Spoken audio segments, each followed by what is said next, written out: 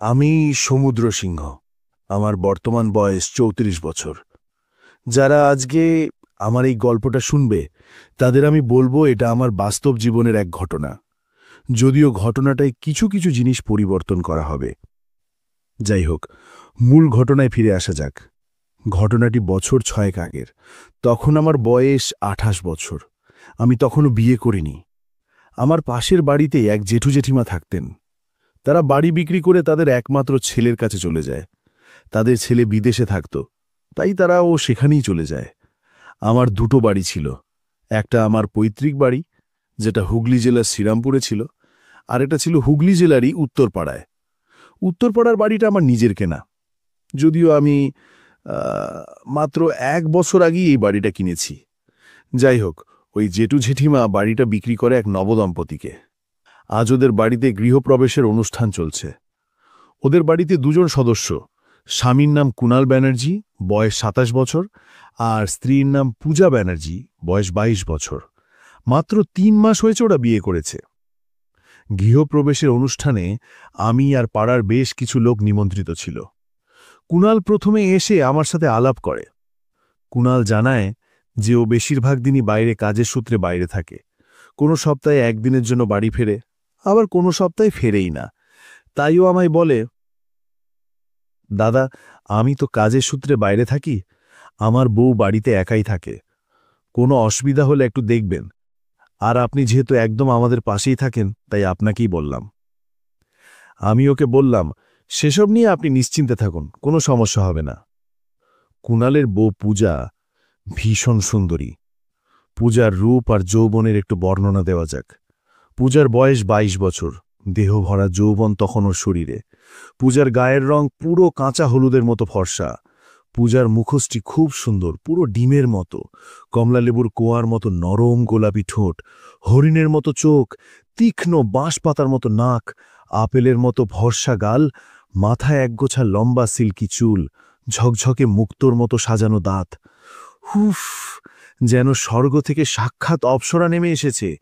ভগবান যেন সব রূপ আর যৌবন ওকেই ঢেলে দিয়েছে। খুব লাজুক প্রকৃতির মেয়ে পূজা। গৃহপ্রবেশের দিন এক পাকা গৃহিণীর মতো পূজা বাড়ির কাজে ব্যস্ত থাকায় ওর সাথে ভালো করে আলাপ করা হলো না। যাই হোক, কুণাল পরের দিন সকালে কাজে বেরিয়ে যায়। পূজা একাই বাড়িতে থাকে। পরদিন সকালে আমি বাড়ির ছাদে পুশ-আপ মারছিলাম। তখন পূজা স্নান করে এসে ওর বাড়ির ছাদে কাপড় শুকোতে দিতে এসেছিল। কাপড়ের আড়াল থেকে অনেকক্ষণ ধরে ও আমায় লুকিয়ে লুকিয়ে দেখছিল। আমার প্রথমে চোখ পড়েনি, পরে ওর দিকে চোখ যেতেই ও একটু মুচকি হেসে পালিয়ে গেল। উফ, কি সুন্দর দেখতে লাগছিল পূজাকে। আমার খুব ইচ্ছে হচ্ছিল ওর সাথে কিছু সময় কাটায়। ওর মিষ্টি হাসির আড়ালে যে গভীরতা লুকিয়ে আছে সেটা অনুভব করি। এমন একজন সুন্দর লাজুক মেয়ের সাথে বন্ধুত্বের টান যে অতটা আলাদা হয়, সেটা বোঝার সুযোগ খুঁজতে থাকলাম, কিন্তু বুঝতে পারছিলাম না ওকে কি করে রাজি করব। আসলে যতই হোক, নতুন এসছে, হঠাৎ করে কিছু করা যায় না। তবে আমি মনে মনে ঠিক করলাম, আজ থেকে নিজের সমস্ত আবেগ ভালোবাসা জমিয়ে রাখব। যেদিন পূজা নিজের ইচ্ছায় আমার কাছে আসবে, সেদিন আমার সমস্ত ভালোবাসা দিয়ে ওকে ভরিয়ে তুলব। যাই হোক, এভাবে দেখতে দেখতে প্রায় ৩ দিন কেটে গেল, কিন্তু পূজা নিজে থেকে কোনোদিন আমার সঙ্গে পরিচয় করতে এলো না। তবে শুধু আমি নয়, পাড়ার কারোর সাথে পূজা কথা বলতো না। এমনকি কোনো মহিলার সাথেও সেভাবে কথা বলতো না, খুব প্রয়োজন না হলে। কিন্তু আমি লক্ষ্য করি যে আমি যখন রোজ সকালে আমার বাড়ির ছাদে শরীরচর্চা করি, তখন পূজা ও কাপড় শুকোতে দেওয়ার বাহানায় আমাকে রোজ লুকিয়ে লুকিয়ে দেখে। তবে মুখে কখনো কিছুই বলে না। যতই হোক, আমার শরীর যে কোনো মেয়েকেই আকৃষ্ট করবে। আমি লম্বা, গায়ের রং ফর্সা আর কালোর মাঝামাঝি, যেমনটা ছেলেদের মানায়। পেশিমূল দেহ, চওড়া বুকের ছাতি, মুখে গোঁফ দাড়ি সবই আছে। আর প্যান্টের নিচের যন্ত্রটার কথা তো ছেড়েই দিলাম। পূজাও হয়তো আমায় দেখে আকৃষ্ট হয়ে গেছিল। ৩ দিন এভাবে চলার পর চতুর্থ দিনও একই ঘটনা ঘটল। বাড়ির পাশে এত মিষ্টি, এত সুন্দরী একটা মেয়ে, তাও আবার নববধূ। ওর মন খারাপ, একলা সময় কাটছে। ওকে হাসাতে খুব ইচ্ছে হচ্ছিল আমার। বাধ্য হয়ে আমি পূজার বাড়ি যাই। গিয়ে দেখি পূজা একটা টুলের ওপর উঠে আলমারির মাথা থেকে কিছু একটা নিতে যাচ্ছিল, কিন্তু টাল সামলাতে না পেরে ও প্রায় পড়েই যাচ্ছিল। এমন সময় আমি গিয়ে ওকে ধরে ফেলি। পূজা আমার ২ হাতের মধ্যে চলে এসে, ওর নরম পাছায় আমার ডান হাত আর ওর পিঠে আমার বাম হাত ছিল। উফ, ওর শরীরটা যেন তুলোর মতো কোমল। একটু ছোঁয়াতেই মনে হচ্ছিল মনের সব ক্লান্তি যেন হারিয়ে যাচ্ছে। পূজা ওর হরিণের মতো সুন্দর চোখ দুটো আমায় দেখছে। পূজার কমলালেবুর কুয়ার মতো ঠোঁট দুটো তীর তীর করে কাঁপছে। ওর ঠোঁট দুটো দেখে মনে হচ্ছিল যদি আজ একটু ওর অনুভূতির গভীরে ঢুকে পড়তে পারতাম, যদি জানতে পারতাম ওর মনের কথা। দুজন দুজনের নেশার মধ্যে ছিলাম। হঠাৎ করে পূজার জ্ঞান ফিরে এলো। পূজা উঠে পড়ল আমার হাতের ওপর থেকে। আমি পূজাকে বললাম, তোমার লাগেনি তো? পূজা বলল, না না, আমি ঠিক আছি। এবার পূজা লাজুক নববধূর মতো মাথা নিচু করে আমাকে জিজ্ঞাসা করল, চা খাবেন? আমি মনে মনে ভাবলাম, শুধু চা নয়, ওর সাথে কিছু সুন্দর মুহূর্ত কাটানোর সুযোগ যদি পাই, কত ভালোই না হয়। আমি এবার পূজাকে বললাম, হ্যাঁ, ভালোবেসে তো যদি দাও, খেতেই পারি। পূজা একটা মিষ্টি হাসি দিয়ে চা বানাতে চলে গেল। 15 মিনিটের মধ্যে পূজা চা, বিস্কুট আর কিছু স্ন্যাক্স জাতীয় খাবার নিয়ে এলো। আমি চা পান করতে করতে পূজার সাথে আলাপ পরিচয় করতে শুরু করলাম। পূজা জলপাইগুড়ির মেয়ে, বাড়ির একমাত্র মেয়ে, তাই ও খুব আদুরে। এখানেও একদম নতুন, তাই ওর মানিয়ে নিতে একটু অসুবিধা হচ্ছেই। তার উপর ওর বড় থাকে না। আমিও আমার কথা বললাম ওকে, আমার বাড়ি, পরিবার, পড়াশোনা, কর্মজীবন এসব নিয়ে বললাম। আমি এটাও বললাম যে আমি এখনো বিবাহিত নই। পূজা আমায় জিজ্ঞাসা করল, আপনি কি প্রেম করেন? আমি উত্তরে বললাম, না গো, তবে জীবনে কিছু মানুষ এসেছে, তাদের সঙ্গে সম্পর্কের মুহূর্ত ভাগ করেছি। তবে সত্যিকারের ভালোবাসা খুঁজে পাইনি কখনো। তবে একজন আছে, সে চাইলেই আমার সাথে প্রেম করতে পারে। আমিও তার সাথে প্রেম করতে রাজি আছি, শুধু গ্রিন সিগন্যালটা পাচ্ছি না। তবে এটুকু জানি যে সেও আমায় পছন্দ করে। পূজা জিজ্ঞাসা করল, কে সেই সৌভাগ্যবতী? আমি বললাম, আছে কেউ একজন, তবে সে যেই হোক। তাকে সৌভাগ্যবতী কেন বললে? পূজা বলল, কারণ আপনার মতো প্রেমিক পাওয়া ভাগ্যের ব্যাপার, আর যে আপনাকে স্বামী হিসাবে পাবে তার তো আলাদাই ব্যাপার। আমি পূজাকে বললাম, তোমার মতো মিষ্টি বউ যে পেয়েছে সেও তো ভাগ্যবান। পূজা বলল, ছাড়ুন তো আমার বরের কথা। আমি বললাম, কেন, কি হয়েছে? পূজা ঝরঝর করে কেঁদে ফেলল। আমি পূজার কাছে গিয়ে ওকে সহানুভূতি দেখানোর চেষ্টা করলাম। ওর চোখের জল মুছিয়ে দিলাম। পূজাকে জিজ্ঞাসা করলাম, কি হয়েছে তোমার, কাঁদছ কেন? পূজা আমায় বলল, আমার বর আমায় একদম ভালোবাসে না জানেন, একটুও সময় দেয় না। আমি বললাম, কেন, কি হয়েছে? তোমার মতো এত মিষ্টি সুন্দরী একটা বউ পেয়েও ভালোবাসে না? পূজা বলল, না, একদমই ভালোবাসে না। আর ভালোবাসবেই বা কি করে? তার মনে তো অন্য কেউ বিরাজ করছে। আমি বললাম, মানেটা কি? পূজা বলল, মানে আমার বরের অন্য প্রেমিকা আছে, সে তাকেই ভালোবাসে। আমার সাথে বিয়েটা ওর বাড়ির চাপে করেছিল, কারণ ওর বাড়ির লোক ওর প্রেমিকাকে মেনে নেয়নি। আসলে আমার বাবা আর কুণালের বাবা দুই বন্ধু, ওরা দুজন আগে থেকেই আমাদের বিয়ে ঠিক করে রেখেছিল। কিন্তু কুণাল অন্য একটা মেয়েকে ভালোবাসে, তাই আমাদের বিয়েটা শুধু সামাজিক লোক দেখানো। তাই আমাদের মধ্যে এখনও রাতে কিচ্ছু করা হয় না। যেহেতু ওর বাড়িতে থাকলে এসবের ক্ষেত্রে একটু অসুবিধে হবে, তাই কুণাল এই বাড়িটা কিনেছে। কুণাল আমাকে জানিয়ে দিয়েছে যে ও কোনোদিনই আমার সাথে বৈবাহিক সম্পর্ক রাখবে না, শুধু সামাজিক আর আইনত বিয়ে করেছে বলে আমার ভরণ পোষণের দায়িত্ব নেবে। ব্যাস, এইটুকুই। ও আমার জীবনটা পুরো শেষ করে দিল। এই বলে ও আরও কাঁদতে লাগল। ওর সুন্দর চোখগুলো জলে ভিজে যাচ্ছিল। এটা দেখে আমার খুব কষ্ট হচ্ছিল। আমি এবার পূজাকে জড়িয়ে ধরে বললাম, আমি তো আছি পূজা, আমি তোমাকে অনেক ভালোবাসব, ভালোবাসায় ভরিয়ে দেব তোমাকে, এবং সব রকমের সুখে পরিপূর্ণ করে দেব, যেন তুমি নতুন করে বাঁচতে পারো। এই বলে আমি পূজার ছোটে ঠোঁট দিতে গেলাম। পূজা সঙ্গে সঙ্গে আমায় ঠেলে সরিয়ে দিয়ে বলল, না না, এটা পাপ। আপনি পরপুরুষ, আমি আপনার সাথে কোনো সম্পর্ক তৈরি করতে পারবো না। এটা ঠিক হবে না। আপনি আমার ভালো বন্ধু হতে পারেন, পাশে থাকুন, তবে সম্পর্কের জায়গাটা ভাবতে আমি এখনো প্রস্তুত নই। আমি বললাম, ভেবে দেখো পূজা, তোমার বর কিন্তু তোমায় কোনো দিনও ভালোবাসবে না, কারণ সে অন্য নারীতে ডুবে। সে যদি তোমায় এইভাবে কষ্ট দেয়, তাহলে তোমারও অধিকার আছে নিজের জীবনটাকে উপভোগ করার। আমি তোমাকে খুব কাছ থেকে পেতে চাই সুন্দরী। যদি তুমি চাও আমি তোমার জীবনের একটা ভালো অংশ হতে পারি। এই কথাগুলো পূজাকে বলে আমি ওদের বাড়ি থেকে বেরিয়ে এলাম। এরপর আরও 2 দিন কেটে গেল। 3 দিনের মাথায় আমি আবার বাড়ির ছাদে শরীরচর্চা করার সময় পূজাকে দেখতে পেলাম।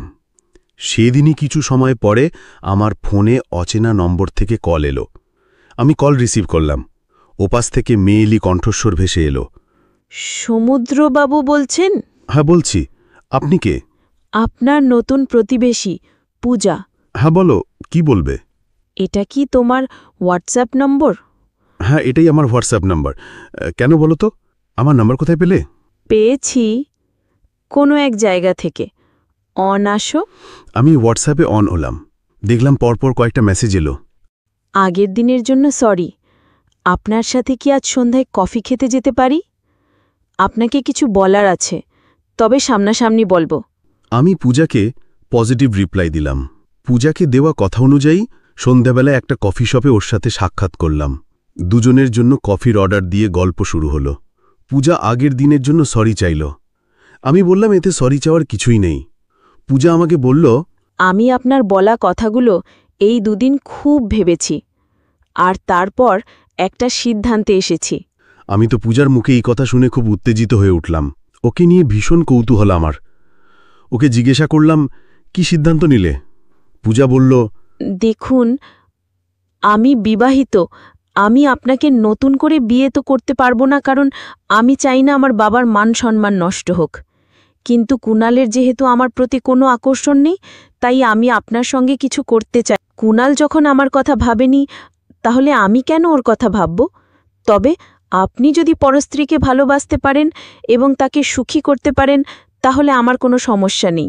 আমি বললাম, এবার থেকে আর আপনি নয়, শুধু তুমি। পূজা বলল, ওকে। আমার আর পূজার কফি খাওয়া হয়ে গেছিল। আমি কফি শপের বিল মিটিয়ে পূজার হাত ধরে টেনে নিয়ে গেলাম আমার গাড়ির ভিতর। পূজাও আমায় কোনো বাধা দিল না। ওকে নিয়ে গাড়ির ভিতর ঢুকিয়ে ওর পাশের সিটে বসে ওর মাথাটা দুহাতে চেপে ধরে বললাম, পূজা, আই লাভ ইউ। আমি তোমায় খুব ভালোবাসি পূজা। শুধু এই সুন্দর শরীরটাই নয়, তোমার মনটাকেও ভালোবাসি আমি। পূজাও আমায় বলল, লাভ ইউ টু সমুদ্র। আমি দেখলাম পূজা ওর কমলালেবুর কোয়ার মতো ঠোঁট দুটোয় একটা কফি কালারের লিপস্টিক পরেছিল। হেব্বি লাগছে পূজার ঠোঁট দুটো। তীর করে কাঁপছে ওর ঠোঁট দুটো। পূজার আমার মুখ পুরো কাছাকাছি। পূজার ঘন ঘন নিঃশ্বাস পড়ছে আমার মুখের ওপর। ওর দিকে তাকিয়ে থাকতে থাকতে আর নিজেকে আটকে রাখতে পারলাম না।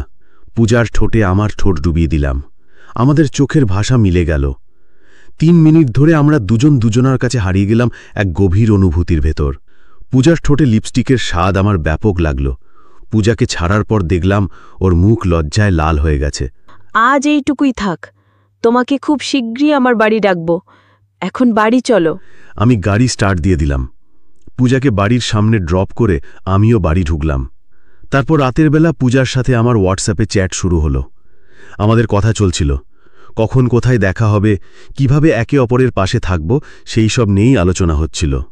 পূজা বলল, আমার এই 2-1 দিনের মধ্যেই ওইটা শুরু হবে।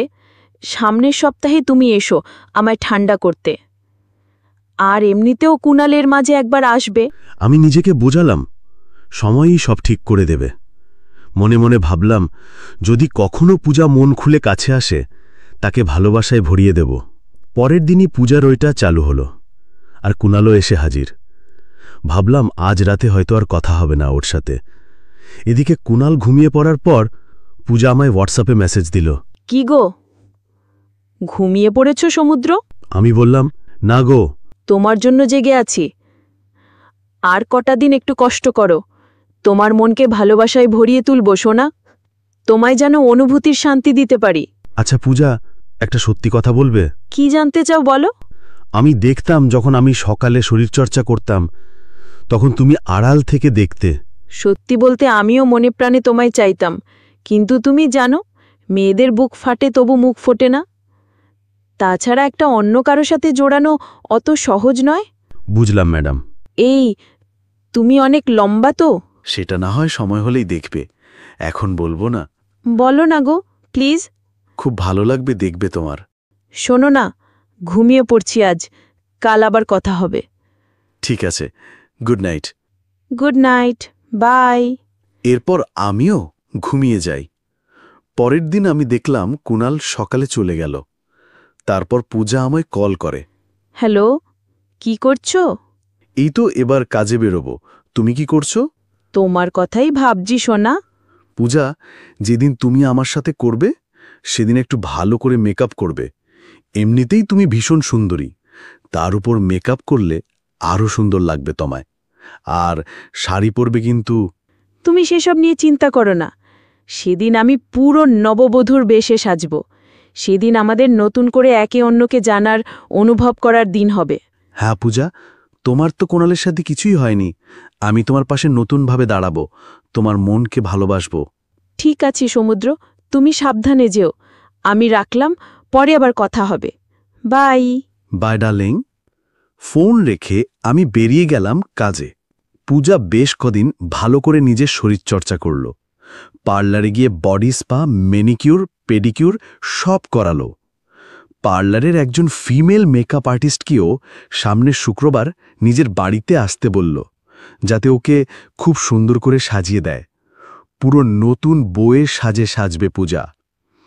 আমি আমার চেনা দুজনকে দিয়ে পূজার বেডরুমটা ভালো করে সাজাতে বলি। করার জন্য বেডরুমটাকে সুন্দর করে সাজিয়ে রাখলাম, যেন ভালোবাসার আবহাওয়া তৈরি হয়। দেখতে দেখতে শুক্রবার চলে এলো। সকাল থেকে আমার মনটা অস্থির লাগছিল পূজার সঙ্গে দেখা করার জন্য। ওকে দেখে মনের যে শান্তি আসবে তারই অপেক্ষা করছিলাম। শুধু সময়ের অপেক্ষা। টানা 2 সপ্তাহ কিছু করিনি আমি। প্রচুর জল জমিয়ে রেখেছি শরীরে। আজ যেন সব অপেক্ষার অবসান হবে। আমাদের মধ্যে যা জমে আছে তা ভালোবাসার পথেই প্রকাশ পাবে। যাই হোক, সন্ধেবেলার মধ্যেই পূজার বেডরুম, খাট সব সাজানো হয়ে গেল। খুব সুন্দর করে সাজানো হয়েছে করার খাটটা। ওই ফিমেল মেকআপ আর্টিস্ট টানা 3 ঘন্টা ধরার নিপুণ হাতে সাজালো পূজাকে। রাত 9টায় পূজার মেকআপ শেষ হলো। আমি ঠিক রাত 10টায় পূজার বাড়িতে বেল বাজালাম। আজকে এখানেই শেষ করলাম গল্পটা। বন্ধুরা, এই গল্পের বাকি অংশগুলো শোনার জন্য আমাদের এই চ্যানেলটাকে এক্ষুনি সাবস্ক্রাইব করে নিন। আর গল্পটা যদি একটু ভালো লাগে তাহলে লাইক তো অবশ্যই করবেন। আজকে এখানেই থাক।